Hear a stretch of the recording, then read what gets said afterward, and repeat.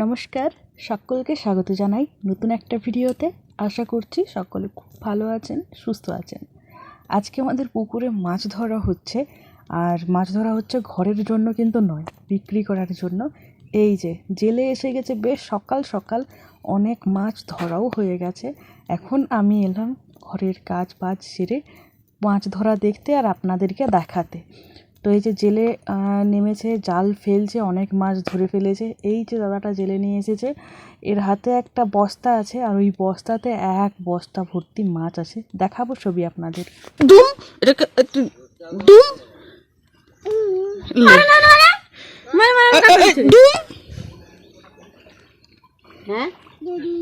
দুম মারে মারে রগা করছে। পাঁচটা দেখো কেমন কালো। মোবিলটা পর্যন্ত ভালো আছে, তাও তো তুলবো না বলছো। দেখ গেল রে, যা। আমি তাকে দুম দুম করতে, সেও তার ঠাকমাকে দুম দুম করে দুবার দিয়ে দিল। যাই হোক, আমাদের পুকুরের পাঁকটা দেখেছেন কি কালো হয়েছে, আর তেমনি বাজে গন্ধ। এই পাঁকটাকে তোলার কথা ছিল এই বছর, কিন্তু কাকুরা বলছে যে না, হবে না। জানি না কবে হবে এই পাঁকটা। আর বছরখানেক মানে কিছু বছর রেখে দিলে আমাদের পুকুরটার জলটা পুরোপুরি নষ্ট হয়ে যাবে। হয়তো পুকুরটা থাকবে, কিন্তু জলটা আর ব্যবহারযোগ্য থাকবে না। প্রচণ্ড পরিমাণে খারাপ অবস্থা এখন পুকুরটা। কিন্তু যেহেতু আমাদের দু ঘরের পুকুর, মানে আমাদের আর কাকুদের ভাগ রয়েছে এই পুকুরের উপর, তাই আমরা চাইলেই কিছু করতে পারবো না।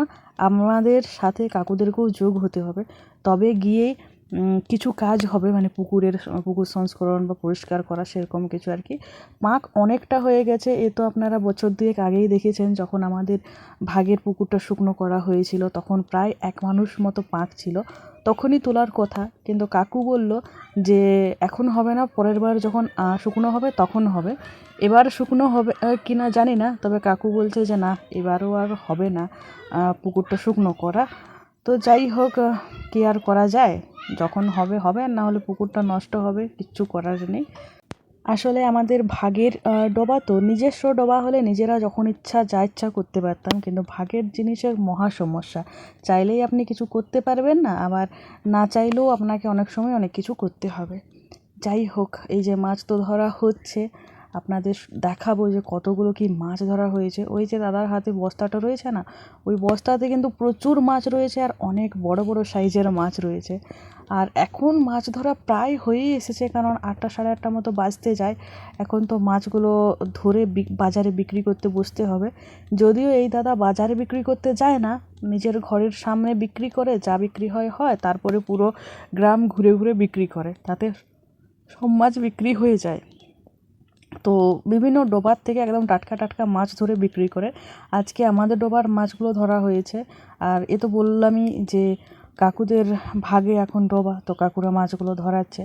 আর এত বড় বড় সাইজের মাছ পড়েছে যে দেখেই অবাক হয়ে গেছি। এর আগেও আপনাদের একদিন দেখিয়েছিলাম বড় বড় সাইজের কাতলা মাছ, যা আমাদের পুকুরে এর আগে কখনো হয়নি। আমাদের পুকুরে অনেক বড় বড় মাছ হয়েছে ঠিকই আমার বিয়ের পর, কিন্তু এই বছর যে বড় বড় মাছ দেখলাম, এত বড় মাছ অন্য কোনো বছর হয়নি।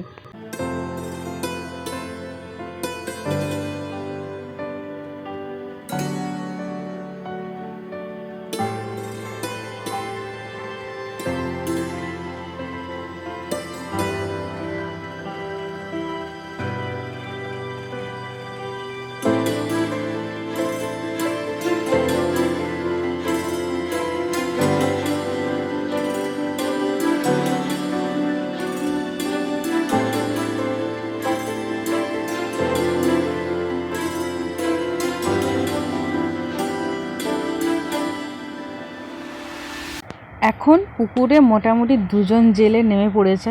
একজন তো বাইরের থেকে এসেছে, মানে আনা হয়েছে তাকে, আর একজন হচ্ছে আমাদের কাকু। একজনায় ধরতে অনেকটা দেরি হয়ে যাচ্ছিল, আর বলছিল যে আরও অনেক মাছ রয়েছে, তো এই জন্য কাকু আবার নেমে পড়লো। আজকে কাকুর দোকান বন্ধ করেছে, তো কাকু নেমে পড়েছে। আর এই যে প্রথম জাল ফেলেছে, প্রথম জালে একটা নাকি বিশাল বড় মাছ ধরেছে। সেই মাছটাকে হাতে ধরে চিপে নিয়ে আসে, যাতে কোনো রকমে পালিয়ে না যেতে পারে, কারণ জালটা একটুখানি ছেঁড়া রয়েছে। তো কী মাছ দেখছি, এই যে সাইপিনাস মাছ, বিশাল বড় সাইজ। হ্যাঁ, এত বড় সাইজের সাইপিনাস মাছ আমাদের পুকুরেই প্রথমবার দেখলাম। আর এই যে পুঁটি মাছগুলোর সাইজটা দেখুন একবার, কি বড় বড় সব মাছ হয়েছে এইবার। পুঁটি মাছগুলো পর্যন্ত কত বড় বড়। কাকু মাছগুলো ধরছিল, তো ওই পুঁটি মাছ একটা পড়েছিল, তাই এদিকে ছুঁড়লো, কুড়ালাম, দেখলাম বাপরে কি বড় পুঁটি মাছের সাইজ। পেটে মনে হয় ডিম ভর্তি রয়েছে। দেখুন না, দুই দিকে দুইজনে মাছ ধরছে।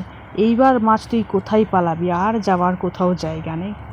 আবার একটা মাছ ছুঁড়েছে এই দিকে, কিন্তু দেখতে পায়নি। তো কাকিমা আবার নুয়ে এই যে কুড়ালো, এটা হচ্ছে বাটা পোনা। এই মাছগুলো ঘরে খাওয়ার জন্য আর কি রেখে দিচ্ছে। আর এখন মোটামুটি হয়তো মাছ ধরা হয়ে এসেছে, আর কিছুক্ষণের মধ্যেই উঠে যাবে, কারণ বেলা হচ্ছে তো। আর আপনাদের তো বললামই যে হায়, জালটা ফেললো, বড় মাছটা বেরিয়ে গেল, দেখলেন জাল থেকে বড় মাছগুলোই বেরিয়ে যাচ্ছে। তো বেলা হয়ে যাচ্ছে তো, তাই এবার মাছ নিয়ে চলে যাবে, তো উঠে যেতে বলছে। কিন্তু মাছ ধরার নেশা এমন নেশা, যতই উঠতে বলা হোক না কেন, একবার নেশা লেগে গেলে আর উঠতেই মন চায় না। সে এমনি মানুষ হোক বা জেলে হোক। যখন বাবা কাকু তো উঠে যায়, বাবা যখন নামে, বাবাকে বলে উঠে যাও উঠে যাও উঠে যাও বলে বলে আমরা ক্লান্ত হয়ে যাই, কিন্তু বাবা আর কিছুতেই উঠতে চায় না। তো এই যে এতক্ষণে ফাইনালি জেলে উঠে গেছে জল থেকে। আজকের মতো মাছ ধরা এখানেই সমাপ্ত। শেষ জালে এই মাছগুলো পড়েছে, এখন এই মাছগুলো এখানে ছাড়িয়ে নিয়ে চলে যাবে। আর যাওয়ার পর ওই বস্তায় যে মাছগুলো আছে সেইগুলো সব ঢালবে, আর বস্তা থেকে ঢালার পরেই দেখা যাবে কত বড় বড় মাছ পড়েছে। এদিকে একজনের একটুখানি রাগ হয়ে গেছে, ওকে বকা দিয়েছে, তো এসে বোতল নিয়ে খেলছিল। আর এই তো চলে এসেছে বস্তা, দেখুন না বস্তাটা ঢালতেই কি বড় বড় মাছ বেরিয়েছে। এত বড় বড় মাছ আমাদের পুকুরে এই বছর প্রথম। কাতলা মাছগুলো আগে দেখিয়েছিলাম, ওই মাছগুলো যে বড় বড় হয়েছিল কোনো দিন হয়নি। আমাদের পুকুরে কাতলা মাছ এই প্রথম এত বড় বড় হয়েছে। আর এই সাইপিনাস পেট ভুটকা মাছ, এই মাছগুলো এই প্রথম এত বড় বড় হয়েছে।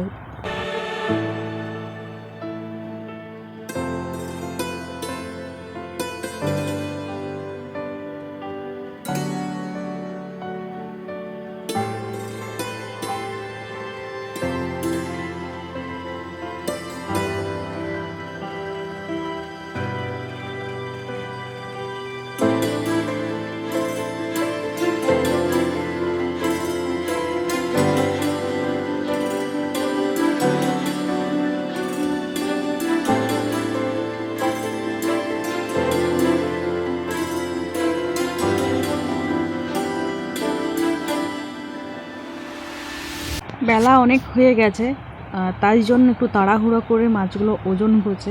আর বিভিন্ন রকমের মাছ পড়েছে, রুই, মৃগেল। আজকে আর কাতলা মাছ মনে হয় পুকুরে নেই, তাই পড়েনি। তারপরে তেলাপিয়া, লাইলেন্টিকা, পেট ভুটকা, যেগুলোকে সাইপিনাস মাছ বলা হয়, বাটা পোনা, একটা মাগুর মাছও পড়েছে, ওই দেখুন না সাইডে পড়ে আছে। হ্যাঁ, তারপরে ও কিছুক্ষণ হয়তো হাওয়া বুঝে নিল, দিয়ে এক পা করে এগিয়ে পালিয়ে যাচ্ছিল। বেশ বড় সাইজের মাগুর মাছ, কিন্তু মাগুর মাছ 2-3টা পড়েছিল, অন্যগুলো না মানে আরেকটা পড়েছিল, ওইটা দেখলাম একটুখানি মানে কেমন যেন মনে হচ্ছে স্কিনে প্রবলেম হয়েছে, কোনো রোগ হয়েছে এরকম, তাই ওটাকে না ফেলে দিল বলতে ওটা মানে মরেই গেছিলো, ধরতে ধরতেও মরে গেছে, তো ওটাকে ওই জন্য ফেলে দিল।